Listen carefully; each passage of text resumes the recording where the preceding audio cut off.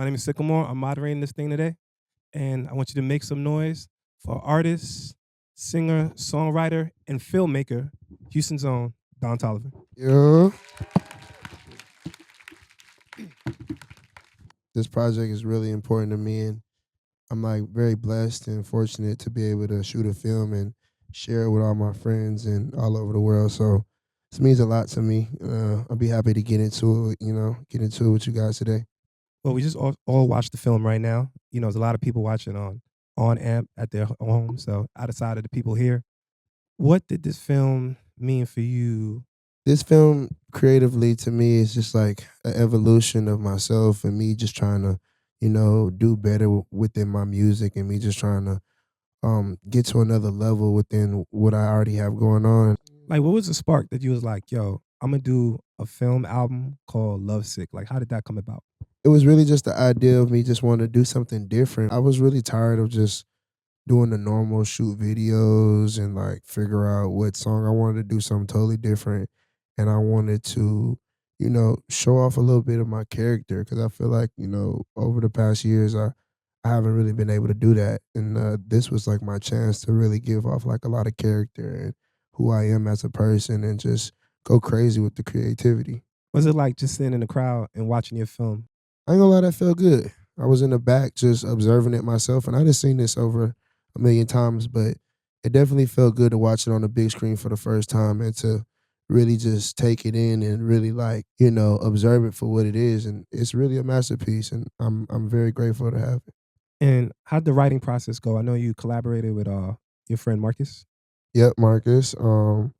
Nabil definitely pointed me in the right direction to meet Marcus, but it really just started off of a book. You remember I made a book and just put a bunch of pictures in it with everything that I liked from cars, all type of artists from the 70s, all that type of stuff. Studio 54, I had all those pictures in the scrapbook. Was it fun to channel your creativity to something else besides songwriting? Because you've made albums before, but this is your first film. What was the difference between creating a film versus creating an album?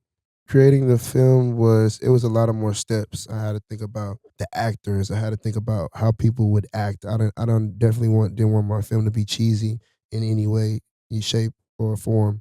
So I had to worry about the actors. I had to worry about the positioning of where the camera would be. All of those was like a lot more attention to detail than it is in music. But it's a lot of detail in the music too. I feel like this was just a little bit more tedious though. It looked like a lot of fun. You got your girl in there, Callie Uchis. Yeah, my girl's in there. You got Teaser Korean from Houston, Yes, sir. It's my brother. Little Dirk, Dirk Smirk, yes, sir. and the great Charlie Wilson. How'd that come about? Well, first I wanted him on the album just to start there.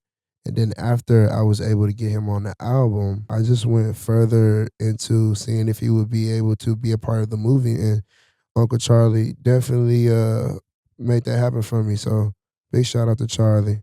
What was your favorite song to record through this whole process? Like, which studio session was you like, oh, this is magic? I would say Charlie, honestly, but I have to say when I was doing the song with Justin and me and him, that energy was throw. Yeah, because you got Justin and like his journals energy. Like, you know what I'm saying? Yeah, nah. That was a fun moment. We both was just laughing, having a good time. It's those times like when you in the studio with like some of your friends or your peers or whoever you making music with and like you get in this fun, happy space and it's just fun that it's not work and that was like awesome. Yeah, you got a lot of features on this album, probably more than you had in the past. What was the importance of having all these people to come collaborate in your world? I just wanted to like honestly, I just kind of wanted to collaborate with the people that I actually like, and I actually like a lot of these people on this album. I really actually kick with and actually like, and talk to. So that was really my gist. I didn't really, wasn't too crazy on who I would really have on there feature wise or not. I just wanted to be able to put people on there that I actually relate to and I actually have a musical connection with. We also got Pluto on there. Yeah. How'd that come about? Me and Metro, we in the studio all the time, and he's really close to Future, more close to Future than I am. And I just was like, yo, Can you just holler at Future and see if you get on this record with Justin? And then that's how that really came about. You know, Future did it. I'm supposed to be set to go on tour with him the whole March. So it's feeling good. This is from the AMP team out there. One of your fans asked, "Who do you want to collaborate next?" Drake, Oh yeah, that'll be big. it's time. You got a record in mind for him? I got a couple records. Hey, let's go. Let's go, Jeezy. Now, I want to talk a little bit about the zones on the album because you're so musically diverse. You know, you have like 70s kind of vibes on here, like on the If I Had. You got Jersey Club. You know, some people might say that's like Be More Club, you know what I'm saying? With Brent Fayez. You got that song right there. That was like more like a bounce, like a trap. When you go to the studio, do you think like I'm gonna make a song like this today? I feel like the process behind making a song is just however I'm feeling. For sure, it's like one of the biggest things. However I'm feeling today, whatever type of energy that I'm trying to get out of the whatever music. Like sometimes I like go to the studio just to feel a certain type of energy from a record. Like I go to the studio and just play a beat and try to make it as close as to whatever I'm thinking in my head I want it to be. Give me like a song on the album, like describe like that process. Like you were like, "Oh, I got an idea, I gotta crack this code." If I had with Charlie, I wanted something like really soulful. I wanted something that had some real feeling to it, something to take me back like the Gap Band or something to take me back like Ronald Isley. And that's exactly, what I was able to create when I made that song. That's what I was thinking in my head, as close as I could possibly get to it. Yeah, but not a sample though. You know what I'm Not a saying? sample. What about the intro, Love Sickness? It's crazy. The intro is like the hardest thing for me to do. I feel like I had the album done, but that intro was kind of holding me back. It was so hard to figure out how I wanted to present this album. The first song that people will hear on this album. It's just a statement of where I'm at. It's a statement of how I truly feel. And what about one of the singles, Leave the Club? Now that's like an odyssey, you know, with you, Lil Durk, the beat switch with Glorilla, Yep. a little Houston, a little Chicago, a Yep. little Memphis. You You know what feel I'm me? saying? What's the thought process behind that one? I just wanted to make like something that I can really just listen to at any point in time and dance to it at any point in time is really what I wanted. And I was able to make that happen with Smirk and Glow. So Now you got a lot of like influences. It's like black exploitation. It's all the different sounds we mentioned. What were some of like your biggest inspos coming into this project, both on the film and on the album? Quentin Tarantino on the film, I just wanted to, try to, make something that I felt like anybody who likes to watch those type of films would appreciate. And music, it was just time for me to like pull out some different type of energy and try to do something a little different than what I usually do. And I really wanted to make sure that this album was very like conceptually driven, like all together. And the short film had a lot of different points of views. It was like your wife, Hmm. it was you, it was your girlfriends. Like, the film was directed by Alexander Moore. Hmm. What made you guys take that angle, like the multiple protagonist angle? Honestly, that angle is just kind of the whole gist of the movie itself. Every character in this movie is lovesick with whether it's the cook, whether it's the cop, whether it's the waitress, we all going through, and me as well. We all love sick. Everybody's going through their trials and tribulations with somebody they want to be with, or somebody that they're already with, and that's really the whole spin on the film itself. Coming to the album, you got a song "Let Her Go" featuring James Blake, Yeah, and that's my personal favorite song on the album. word. You know, how'd that come about? Because that one's like a real journey between you and James going back and forth. That song came about of like me actually being in the studio and like me wanting to pull some type of different energy out. The beat really took me somewhere as well. And I was just sitting on that record for a little minute and I was just playing and playing and playing on and on.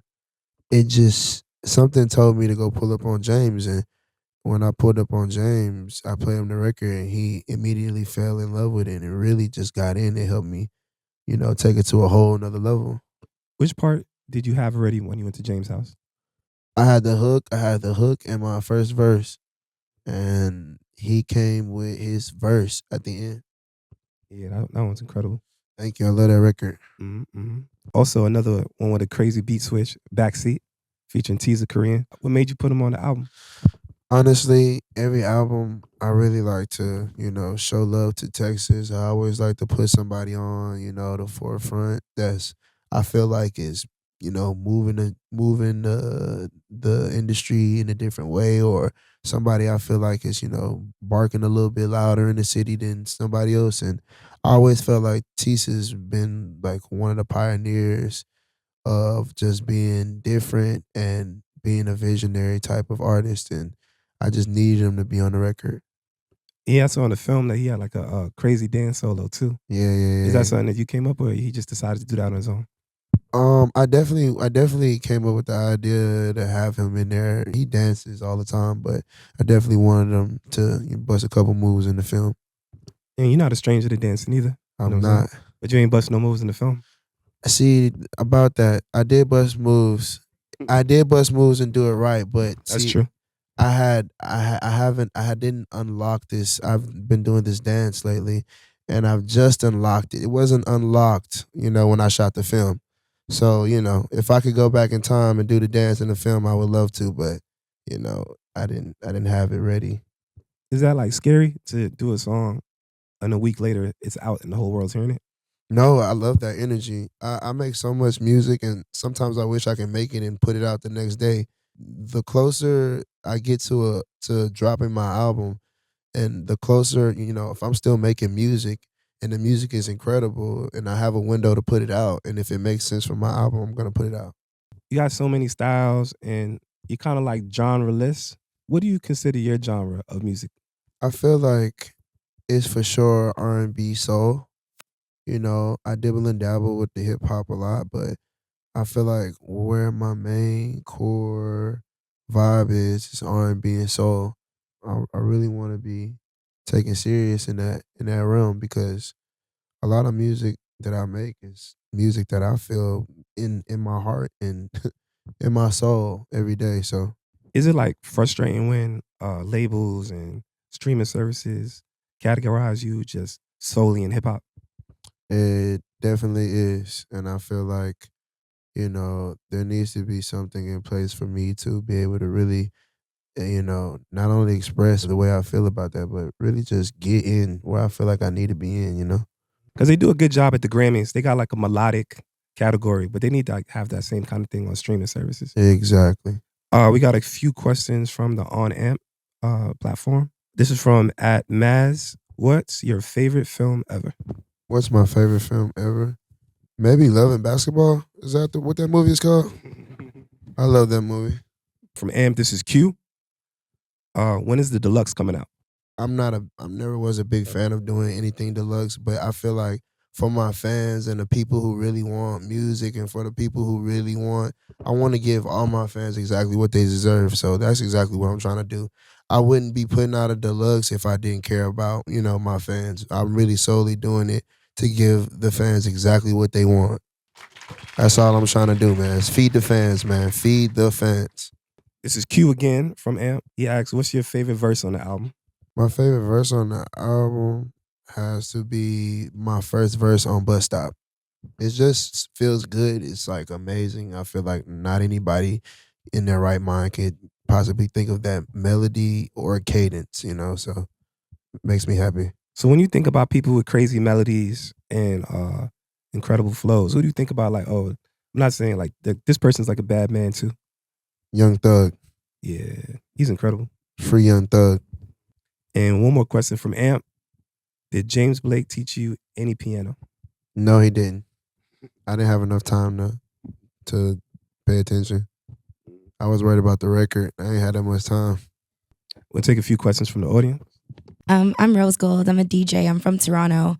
And I know that you have a track record of working with a lot of Canadians, obviously with this album with Seven, Justin Bieber, Wonder Girl. Um, do you find there's a different vibe working with Canadians in the studio, or just like as far as creative? I have a lot of Canadian friends, and I just look at them just as like anybody else. But I definitely say they come with a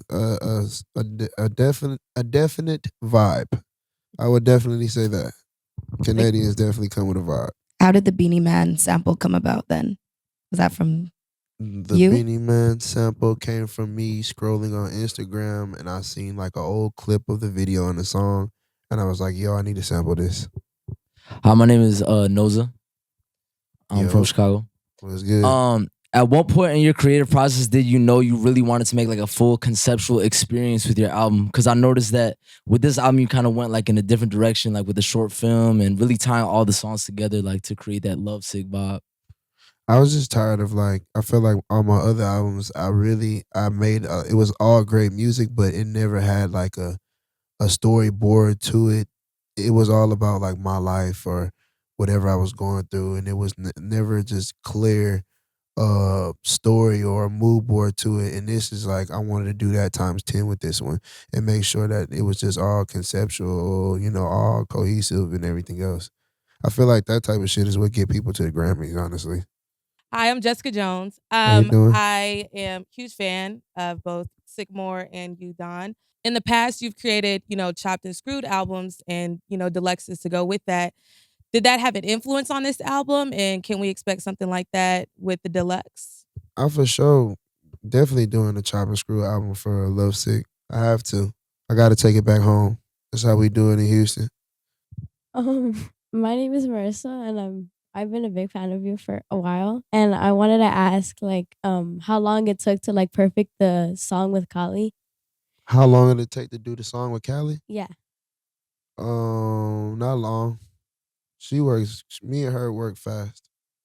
We don't really take forever. I love that shirt. Thank you. Hello. My name is Layla. I know Lovesick is hot off the press, but do you have a favorite album out of all the albums you've done? This is my favorite. Lovesick is my favorite. Agreed. I put a lot of energy into it. I put a lot of time into it. Like this was like the most tedious I've ever been to like about anything in my whole entire life. Like so I really care about this album and I just think it's a great piece of work. What's good, bro? My name DXB from Six Element. I just want to know, is all the songs on the deluxe done? Nope. Oh, so you still recording? I'm still working. I gotta get to the studio and finish that right now, but it's gonna come out. I promise you.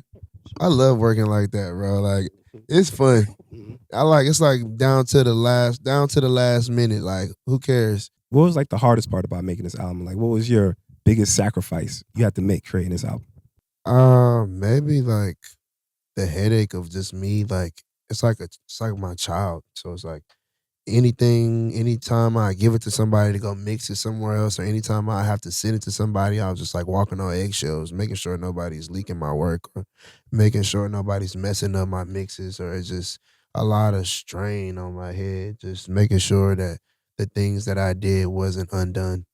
Now I know one of your favorite songs on the album is Leather Coat. Yes. How did that come about? Leather Coat came about me just wanting to make a song that I felt was very personal. It made me feel some type of way when I heard it. And it's very just like nostalgic to me. So where were you in the world when you decided like, nah, this shit gotta go on my album? I was in south of France when I decided that I wanted to put that on my album. It's just like, I don't know, I've been sitting on that song for a little bit, and something about the scenery of south of France and Monaco that really made me want to put that on my album. We got a few more questions from people on AMP, starting with Mercury Vivid. How's it gonna feel if a fan gets a Lovesick neon tattoo? Man, I would love that. I might have to get one too. Noah asks, what is it like working with Toro y Moi? I love Toro. Toro is one of my favorite artists in the whole world, and he is a legend and just awesome dude. I love Toro. Did you pick up any tips from Toro on his album? I've been picking up tips from this guy ever since he started making music. That guy is crazy. Like he's definitely one of the most creative geniuses that I know, period. Yeah, shout out to Chaz. Shout out to Chaz, man. Now, you got a lot of features. We talked about a lot of them today. Did you get everybody that you wanted on the album? To a certain extent, but I guess, yeah. And Haley Joy is asking, when is the Lovesick tour? There's definitely gonna be a tour, and it's definitely gonna be coming sooner than later, and it's gonna be an amazing tour. This is from Amp. How do you figure out what producers to tap in with? That's hard. I ain't gonna lie. Certain producers I know of, and I kind of know of their sound, but when it comes to like me having to sit down and make a bunch of records, it's a lot of great producers out here, and it's kind of hard to pinpoint exactly who I be needing at the moment if I don't really know. If I know them, then I know them, but sometimes I get stagnant, and I always want to work with the same people, and it's cool to work with different people and collaborate. So that's the hard part when it comes to just it's so many different great producers. I don't be knowing where to start.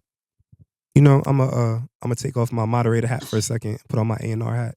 I feel like you're at your best when you work with great producers. You know, Yeah. when you work with Metro or Kanye, Mhm. or Hit Boy Mhm. or Travis, they bring the best out of you because your voice is so incredible.